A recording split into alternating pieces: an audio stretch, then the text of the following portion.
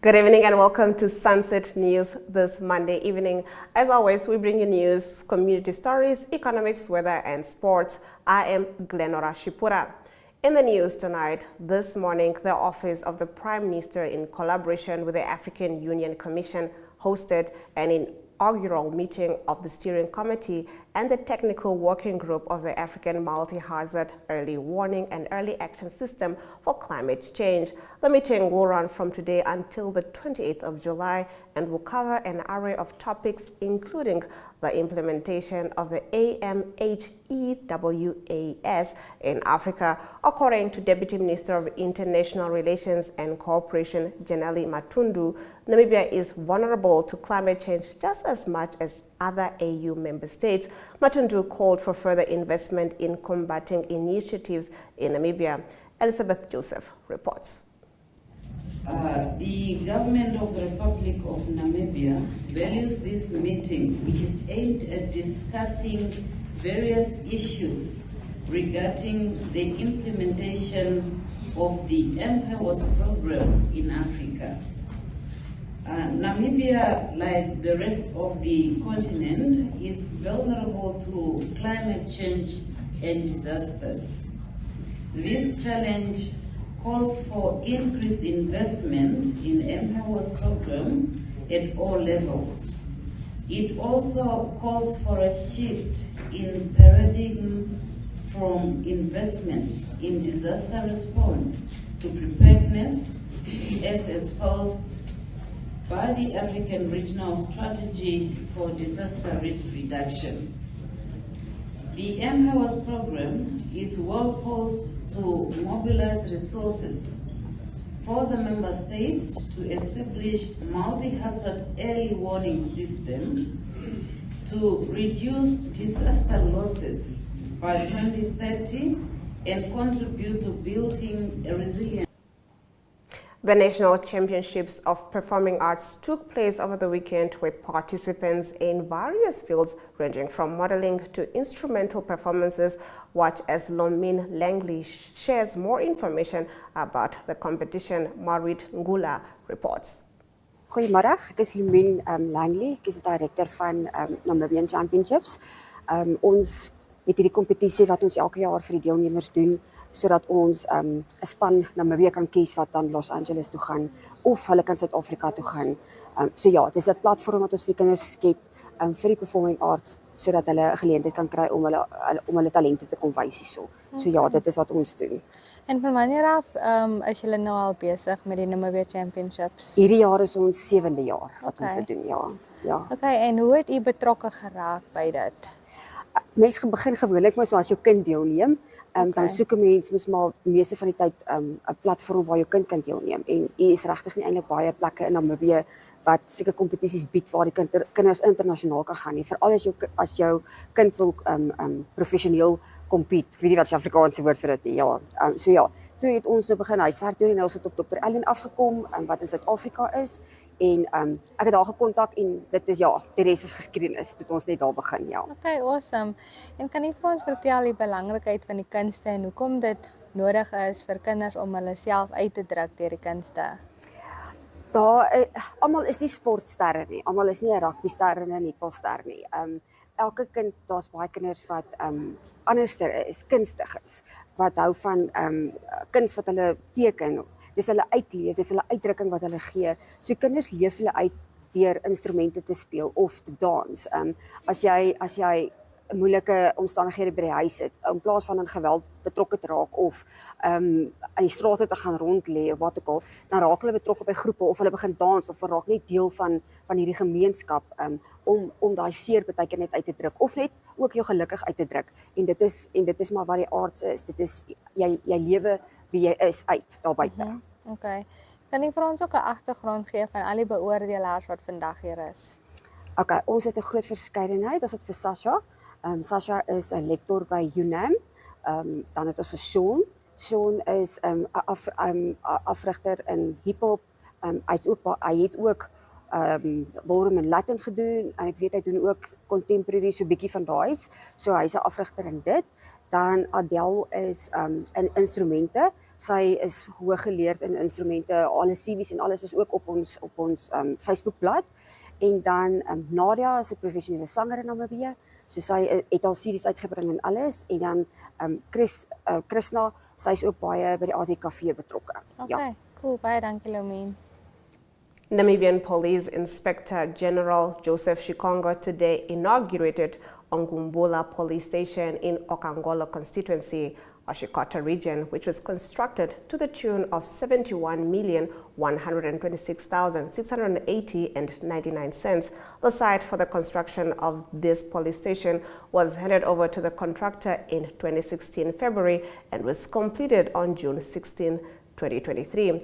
Shikongo appealed to the public to continue assisting the police in the fight against crime and also to refrain from working together with criminals, Tuyemo Haidula reports. Now the plant that we are moving now, yeah, and when I'm councillor, we'll read it fast. This police station was officially inaugurated by Lieutenant General Joseph Shikongo, the Inspector General of the Namibian Police Force, on 24 July 2023. So the station is now open. Tukaongeri Shwana, Tukaongeri. Tala Taisha, Shopper, Yapa 24. In our next story, the Roads Authority of Namibia took a significant step towards enhancing road safety and accessibility with the official launch of the mobile vehicle testing station in Rehoboth last week. The inauguration ceremony saw the attendance of esteemed government officials, including the Minister of Works and Transport, John Mutora, and the Chief Executive Officer of Roads Authority, Conrad Lutombi.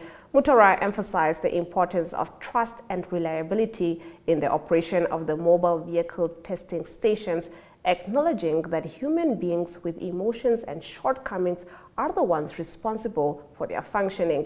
The primary objective of establishing this mobile vehicle testing station is to provide essential NATES services to areas where there are no fully fledged NATES fixed centers.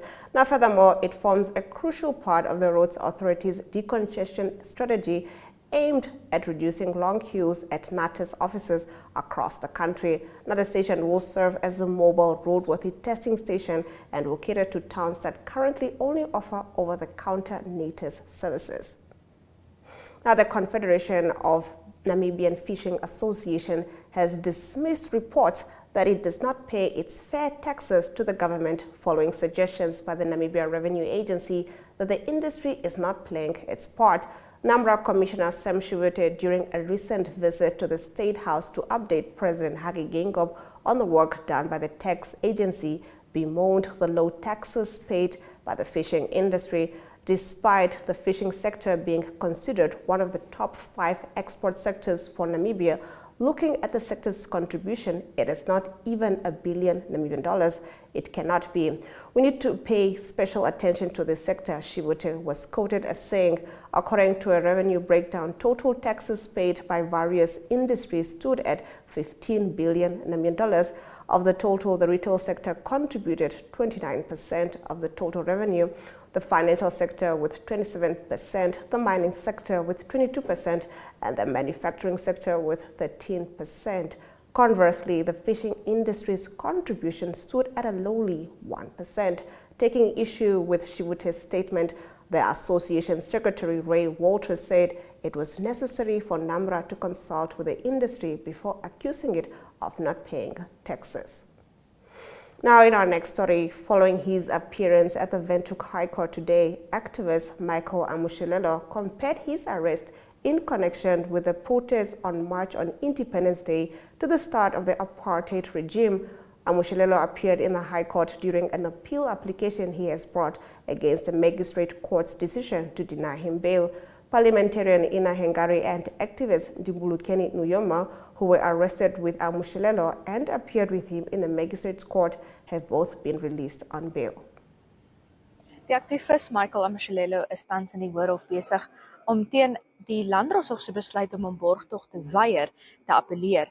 Dit is dan nou nadat hy saam met die parlementslid Ina Ngari en 'n mede-aktivis, Dimbulukeni Noyoma, in hegtenis geneem is op Onafhanklikheidsdag in verband met die proteste op Onafhanklikheidsdag. So sy regsverteenwoordiger Kadila Momo het aan die hof gesê dat Amashelelo in hegtenis geneem is omdat hy gesing en gedans het. Hy het hierdie ondersteun deur die getuienis van 'n polisiebeampte in die Landdroshof wat gesê het dat Amashelelo niks gedoen het om geweld uit te lok nie en hy het ook volgens hierdie polisiebeampte niks gedoen om ander persone aan te moedig om te protesteer nie en om deel te neem aan die protes nie. Hy het dan nou juis gesê dat Amashelelo 'n geheustokkie met video's ingehandig het by die hof en hierdie video's wys dan nou glo hoe hy vir mense gesê het om weg te beweeg, om die groep op te breek. Kyk gerus hierdie video van Amashelelo in die hof na die verrigtinge vandag. It's just my liberty that's been taken away, but my mind is still here with me. Yes. The fight obviously is going to continue. It has to continue. Whether I'm granted bail or not, the struggle is going to continue. Have you heard from your family? Last time we checked, your wife was not. My wife is still not doing well. Obviously, she's my number one priority at this moment. She's my number one concern. Obviously, things become a bit more difficult when you're not home. And we need to understand that when two people come together and form a union, it's important that those two people are supposed to be there for one another. Now, obviously, as a husband, I'm unable to be there for my wife, and especially at this moment where she needs me the most. But despite that, we still need to face the realities on the ground. And that is to say that we still have a lot of our young people who are unemployed. We still have a lot of our people who still do not have gainful employment. We still have a lot of workers who are still suffering. So these are the issues that keep me up at night in my, 1 meter by 1 meter cubicle cell that I'm currently being held in. I was obviously held for over 37 days in solitary confinement, which is against the Correctional Act. Now, Namdia hosts a Media Day event. We take a look at this story after the break.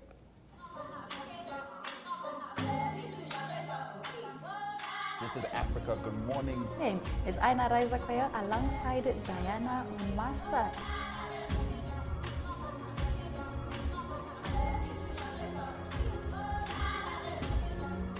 In the ANC conference in December. So starting off with the cycling. Africa, good morning. Do have a lovely... Minister Monica Mchangwa has said that with the soccer, the English Premier League continued, the biggest game being... On that note, it is all our love, all our light.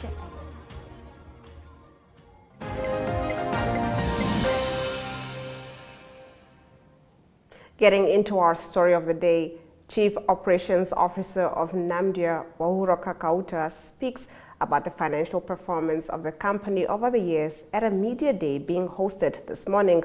Dimba Mupetame reports.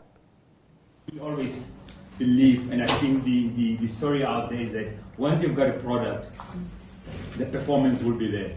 But I think with us, I think the deep belief is that performance is driven by two things: superior governance, people, meritocratic appointments, getting the right people in place, and of course about processes, what my colleague has spoken about. We're quite happy. I think for the first year, for the first time since inception, we have just crossed the 400 million mark in terms of profit after tax. This is driven by revenue growth, or revenue of around 3 billion. An increase of 1.2 billion from 1.9 billion of the last financial year. So we are sitting currently here. Namdia is a 3 billion revenue company. And it's something that we're really, really proud of. And it's really driven by years we are bequeathed with a superior product, but it's really driven about the people around this place. And then that we are really, really quite happy. And that's what we're trying to push. And that we've now set up a marker. And for us, it's about how do we then grow from this base. Yeah, the CEO says it's a leap year, but for us, it's a base. I think we can go further. So you'll see the profits have increased from 144 to 409, and that is to 144 million to 409. That is really driven, of course, it will be driven by increase in the carriage, as you'll see from the next slide. The carriage that we have been able to market has grown from 222,000 to 278, but then the superior price that we have been able to fetch, driven by the sales strategy, has also contributed significantly to the profits, as you'll see in terms of the and I want to park on this one because it is very important, because you say what is the real purpose of Namibia, and we talk about price discovery, and NTTC, as my colleague has alluded to, sells to and they base their price on the De Beers price book. And I think government then establishes Namibia to say, are we able to fetch prices over and above that price book? I think this chart shows exactly that we are able to fetch above the SSV, the standard selling value. So for the last financial year, we're able to fetch 12% above the standard selling value. That is, at the end of the day, when you hear in the corridors that our prices are going close to, that our diamonds are being undersold, the proof is in the pudding here. It tends to say that, hey, we are able to fetch prices above that standard selling value. Moving on to community news, the Cancer Apple project raises over $30 million in 23 years. We get into this story shortly.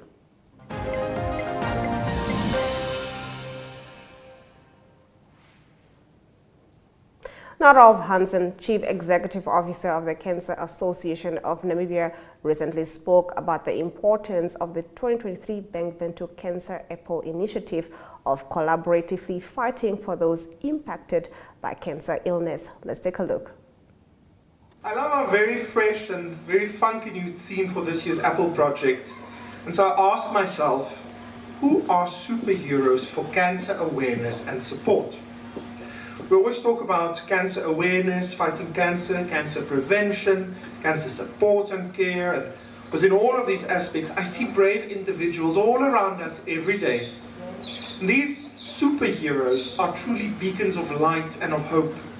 And sometimes we forget to mention them because we all think it's the doctor's responsibility, or it's the oncologist's responsibility, or it's the Cancer Association's responsibility.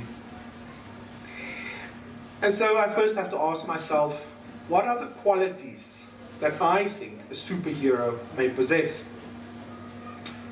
They are superhuman, and they have extraordinary skills, have special powers, exceptional abilities to especially calm patients when they're faced with a life-changing diagnosis.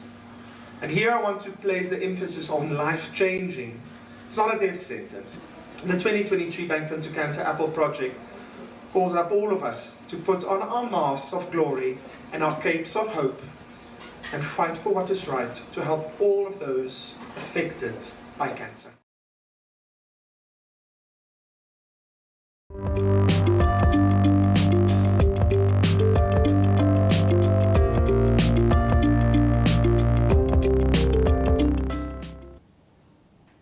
Now, U.S. stocks are approaching a record high, and the outlook for corporate America is only expected to brighten. Now, investors are waiting to see if the Federal Reserve derails the market's bull run amid signs that inflation pressures are finally ebbing, setting up what has historically been a bullish stretch. The S&P 500 index is a mere 5.4% below its all-time peak. It's a backdrop that raises the stakes for this week's pivotal central bank meeting, with economists still debating whether a recession is ahead this year. Let's take a look at our economic indicators.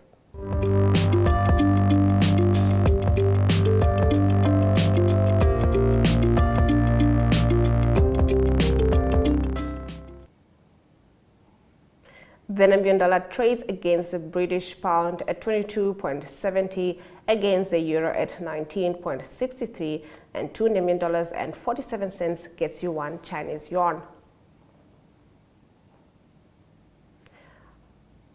Gold and copper went down, with platinum and Brent crude oil going up. Brent crude oil going for 2.99%, going at $82.93 per barrel. After the short break, we get into your international news.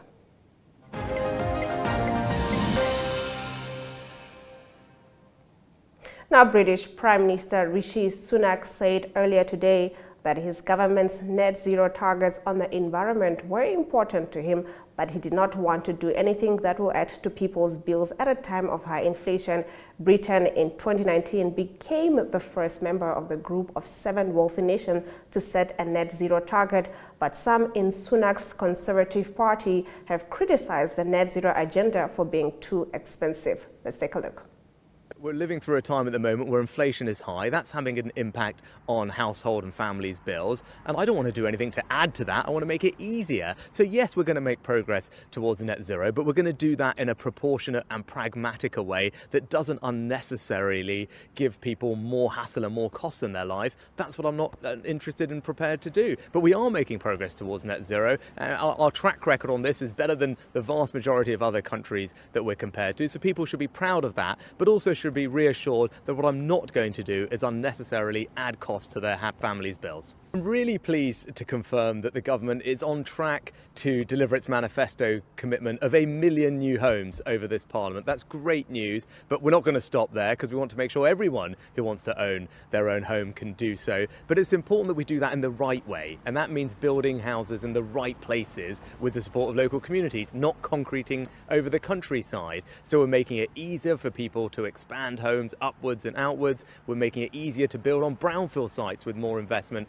and we're investing in the planning system. So taken together, that's a practical approach that will mean more people can own their own home, but we're doing that in the right way. My paramount priority is the safety of British nationals, and that's why the Deputy Prime Minister chaired a COBRA meeting yesterday. He's been monitoring the situation closely. We've been in touch with local authorities on the ground there, and the Foreign Office have sent a rapid deployment team on the ground to assist people. I think the most important thing is people remain in touch with their tour operators. There are lots of flights going back and forth to be able to bring people home, and if people are in touch with their tour operators, they'll get the information that they need. We'll now head over to the sports desk, proudly brought to you by Sports Rep.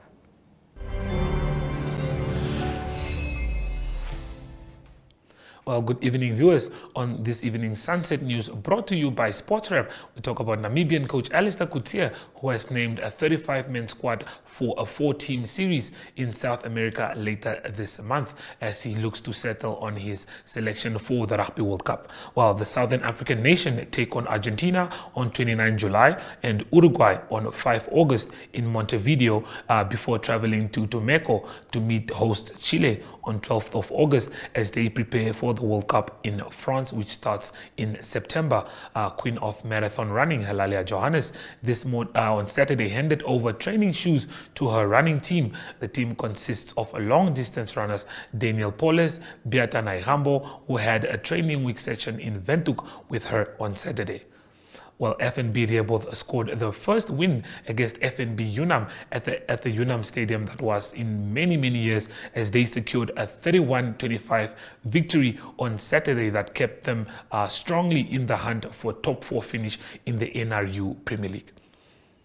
Well, that's all that we have from you from the sports team. It is goodbye from us.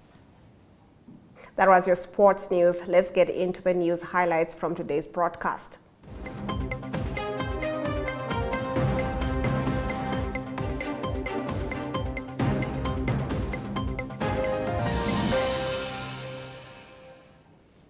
Getting into the news highlights, the Roads Authority of Namibia took a significant step towards enhancing road safety and accessibility with the official launch of the mobile vehicle testing station in Rehoboth last week. The Confederation of Namibian Fishing Association has dismissed reports that it does not pay its fair taxes to the government following suggestions by the Namibia Revenue Agency that the industry is not playing its part. Marathon runner Hilaria Johannes over the weekend handed over training shoes to her team members in order to help with their training sessions. And with that, we've come to the end of the broadcast. Make sure you join Sunset News on Facebook, on all the animate platforms on weekdays, as well as on our website, oneuptwo.com. Sunset News screens on DSTV channel 285 and GoTV channel 25 every weekday from 7:30 p.m. to 8 p.m. I am Glenora Shipura. Until next time.